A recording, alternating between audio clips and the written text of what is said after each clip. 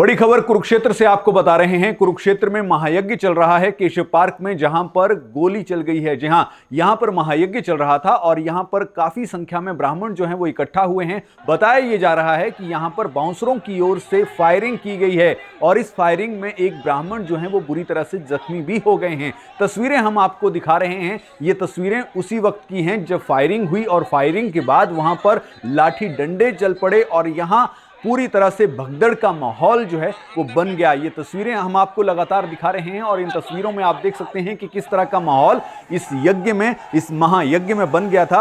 आपको ये बता दें कि अब तक जो जानकारी मिली है उसमें यह बताया जा रहा है कि यज्ञ में शामिल ब्राह्मणों को बासी भोजन परोसा गया, जिसका उन्होंने विरोध किया। लगातार हो रहे विरोध के चलते सुबह सुबह आयोजकों के सुरक्षा गार्डों और ब्राह्मणों के बीच में बहस बढ़ गई और यह बहस इतनी बढ़ गई कि यहां पर माहौल जो है गर्मा गया और गार्डों ने, जो सुरक्षा गार्ड थे, उन्होंने गुस्से में फायरिंग कर दी और इस हमले में लखनऊ से आए आशीष तिवारी नाम के ब्राह्मण को गोली लग गई और जिन्हें घायल होने के बाद तुरंत LNJP अस्पताल ले जाया गया, जहां उनका इलाज जो है वो चल रहा है। लेकिन सवाल यह है कि आखिरकार ये इतनी बड़ी घटना जो है, जब इतने संख्या में ब्राह्मण जो हैं वहां पर महायज्ञ कर रहे हैं, तो आखिरकार ये घटना कैसे घट गई? क्या यहां पर सुरक्षा के इंतजाम जो हैं वो क्या प्रॉपर तरीके से नहीं किए गए थे?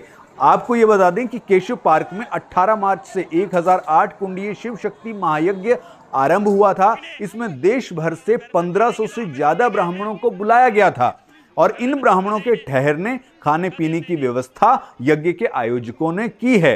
अब ब्राह्मणों ने यह आरोप लगाया है कि पहले दिन बाबा के सुरक्षा गार्ड यानी बाउंसर जो हैं उनके साथ किसी न किसी बात को लेकर परेशानी चली आ रही थी। कभी किसी के साथ मारपीट कर देते थे, कोई घूमता दिखाई देता था तो उसे थप्पड़ या डंडा मार देते थे। ये ब्राह्मणों ने आरोप लगाया है बाउंसरों पर। हम आपको बता दें कि 27 मार्च तक ये महायज्ञ चलना है। इसमें बीजेपी के प्रदेशाध्यक्ष यानी हरियाणा बीजेपी के प्रदेशाध्यक्ष मोहनलाल बड़ौली, पूर्व मंत्री सुभाष सुधा, रामविलास शर्मा, CM नायब सैनी की धर्मपत्नी सुमन सैनी, पूर्व सांसद की बात करें सुनीता दुग्गल समेत बीजेपी के कई नेता शिरकत कर चुके हैं और यह भी कहा जा रहा है कि कल इस समारोह में, इस महायज्ञ में मुख्यमंत्री नायब सैनी उपस्थित रहने वाले थे, लेकिन उससे पहले ही ये घटना जो है ये हो गई और इसका मेन कारण, जो मुख्य कारण है, वो ये बताया जा रहा है कि बासी भोजन जो है वो ब्राह्मणों को परोसा गया और ब्राह्मणों ने जब इस बात का विरोध किया तो ये बहस हो गई। जो आयोजक थे उनके बाउंसरों और ब्राह्मणों के बीच में बहस हो गई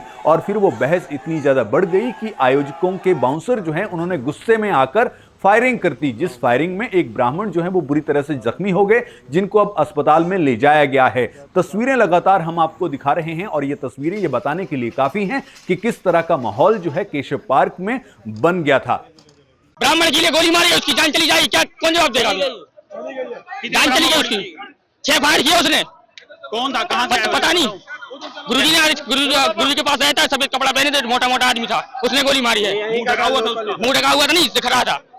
तो CCTV कैमरे की रिकॉर्डिंग में होगी शायद, अंदर कैमरा लगे होंगे। तो वहाँ पे कैमरा लगा नहीं है, वहाँ पे कैमरा लगा नहीं था। उसने खुलने में फायरिंग करी और कैमरा नहीं लगा उसने। उसके बाद ये लोग डंडे लेके भी हमारे हम लोगों को गाली दे रहा, खाना खाने जा रहा, ऐसा होता है कहीं पे? 3 दिन तक सड़ा भोजन खिला रहे हैं। कहां से आए हो आप? हम लोग दमोह MP से आए हैं, कुछ वृंदावन से आए, कुछ बनारस से आए, कुछ उज्जैन से आए हैं। ये लोग पहले गुंडागर्दी कर रहे थे।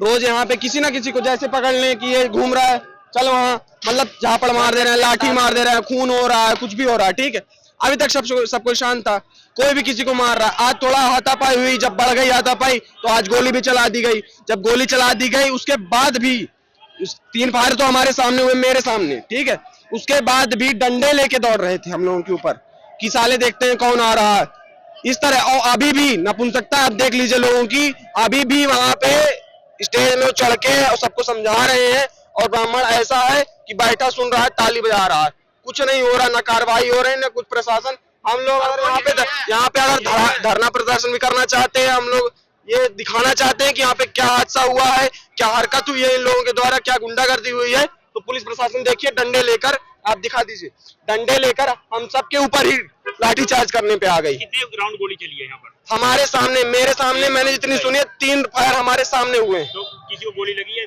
गोली लगी है, 2 लोगों को गोली लगी है हमारे सामने।